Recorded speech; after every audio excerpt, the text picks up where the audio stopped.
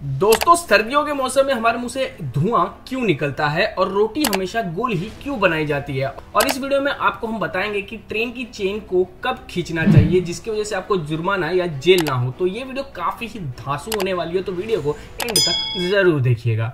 Number 12, हमारे India में जो चीज पढ़ाई जाती है उसे ही देख के बच्चों की फट जाती है। वो इतना डिफिकल्ट और इतना टफ होता है, ऊपर से ग्रेडिंग सिस्टम भी काफी ही ज्यादा डिफिकल्ट होता है। बट अगर आप एक झलक कोरिया के ग्रेडिंग सिस्टम पे डालोगे तो आपको पता चलेगा कि इंडिया की जो ग्रेडिंग सिस्टम है या फिर इंडिया की जो पढ़ाई है वो काफी ही ज्यादा सरल है। क्योंकि कोरिया में जो 99 से 100 मार्क्स लाते हैं उनको A+ दिया जाता है, 80 मार्क्स के बिलो लाते हैं उन्हें C, और जो 70 मार्क्स लाते हैं जो कि हमारे इंडिया में काफी बच्चे लाते हैं और 70 मार्क्स पे हमारे इंडियन पेरेंट्स भी खुश हो जाते हैं और बच्चे तो पूछो ही मत, वो 70 मार्क्स कोरिया में फेल है।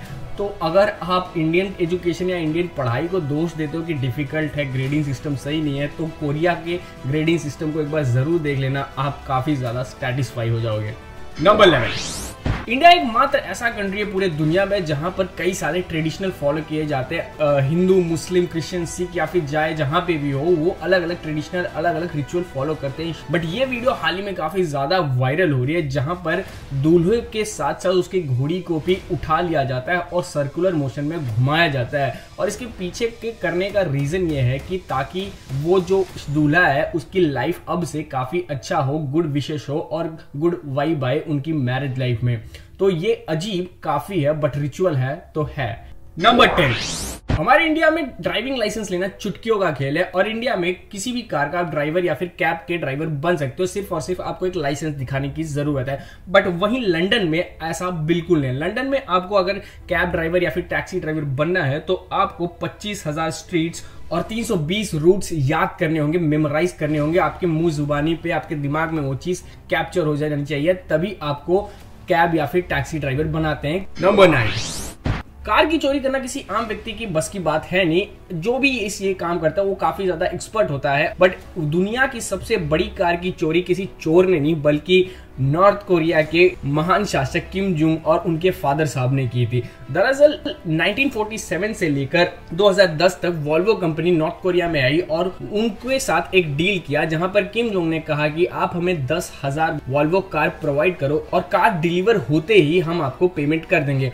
और वॉल्वो कंपनी क्यों ट्रस्ट ना करे, क्योंकि वो इतने बड़े शासक हैं उस देश के, तो ट्रस्ट करने वाली बात है ही है। बट जैसे ही कार डिलीवर होती है कंट्री में 10,000 वॉल्वो गाड़ियां, वैसे ही किम जो पलटी खा जाते हैं और वॉल्वो वालों को एक फुटी कौड़ी तक नहीं देते हैं और आज तक उन्होंने 1 रुपए नहीं दिया है। तो ये इतिहास की सबसे बड़ी कार की चोरी है। नंबर 8, बुर्ज खलीफा काफी ज्यादा सुंदर है। बुर्ज खलीफा दुनिया की सबसे टॉलेस्ट बिल्डिंग है। इन सब के बारे में तो आए दिन आप लोग सुनते ही रहते हो। क्या आपको पता है कि बुर्ज खलीफा वाकई में ही कितनी बड़ी है? तो आपको बता दें कि बुर्ज खलीफा जो है वो 95 to 100 किलोमीटर की दूरी से भी दिख जाता है बहुत ही क्लियरली। और इसके अलावा जो कमाल की बात है वो ये है कि बुर्ज खलीफा के टॉप पे जाके आप उसके पड़ोसी कंट्री इराक को बड़े ही क्लियरली देख सकते हो। तो इसीलिए ये दुनिया की टॉलेस्ट बिल्डिंग है और काफी ही कमाल है। नंबर 7, दोस्तों क्या आप जानते हो कि जो मेंदू वड़ा या फिर नॉर्मल वड़ा होता है उसके अंदर ये होल या छेद क्यों दिया जाता है? कई लोगों को लगता है कि इसे ग्रिप करने के लिए दिया जाता हो, जो कि एक अच्छा आइडिया है कि आप इसको ऐसे ग्रिप करके खा सकते हो। बट इस होल को देने के पीछे का मेन रीजन ये है कि ये इवनली कढ़ाई में जल सके और इक्वली अमाउंट में कुक हो सके। तो यही एक मेन रीजन है कि वड़े में आपको होल मिलेगा। नंबर 6, बेंजामिन फ्रैंकलिन एक बहुत ही महान साइंटिस्ट थे और उनके साथ एक ऐसी घटना हुई जो कि काफी ही रेयर है। दरअसल जब वो अपने घर का रीपेंट या फिर रिकंस्ट्रक्ट करवा रहे थे तब उनके घर के नीचे 1200 हड्डियों के पीसेस मिले गए जो कि लगभग 15 से 16 लोगों के हैं। तो जब रिसर्च किया गया और तब ये बात सामने आई कि उनके जो बेस्ट फ्रेंड है, प्रिय मित्र हैं विलियम न्यूसन, वो उस घर के नीचे एनाटॉमी का रिसर्च कर रहे थे ह्यूमंस की हड्डियों के साथ। और उस वक्त ह्यूमंस की हड्डियों के बारे में किसी को इतना नॉलेज नहीं था और ये काफी ही ज्यादा इलीगल था।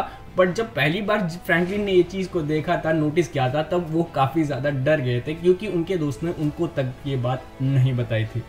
नंबर 5, रोटी हम सबके घर में गोल ही बनती है और इस गोल रोटी के पीछे बनाने का रीजन काफी ही ज्यादा लॉजिकल है। दरअसल जैसे ही बेलन हम घुमाते हैं आटे पे तो वो रोटेट होना लगती है सर्कुलर मोशन में और वो ऑटोमेटिकली गोल बन जाती है। तो ये एक मेन रीजन है। और दूसरा मेन रीजन ये है कि गोल रोटी जैसे ही तवे पे या फिर गैस पे हम रखते हैं तो वो हीट इक्वली जाती है चारों साइड और वो रोटी काफी अच्छे से फूलती है, काफी अच्छे से कुक होती है, कच्ची नहीं रहती है।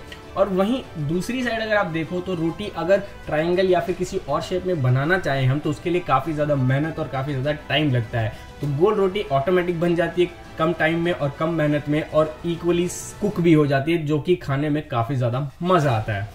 नंबर 4, ईयर 1994 को सिनेमा का द गोल्डन ईयर माना जाता है क्योंकि उस साल 4 सबसे बड़ी ब्लॉकबस्टर और काफी ज्यादा अमेजिंग मूवी रिलीज हुई, जैसे Jurassic park, pulp fiction, Shawshank और फॉरेस्ट गम जैसी बहुत ही बड़ी larger than life movie release की गई। और इस साल को golden year of the movie या फिर गोल्डन ईयर ऑफ सिनेमा भी कहा जाता है।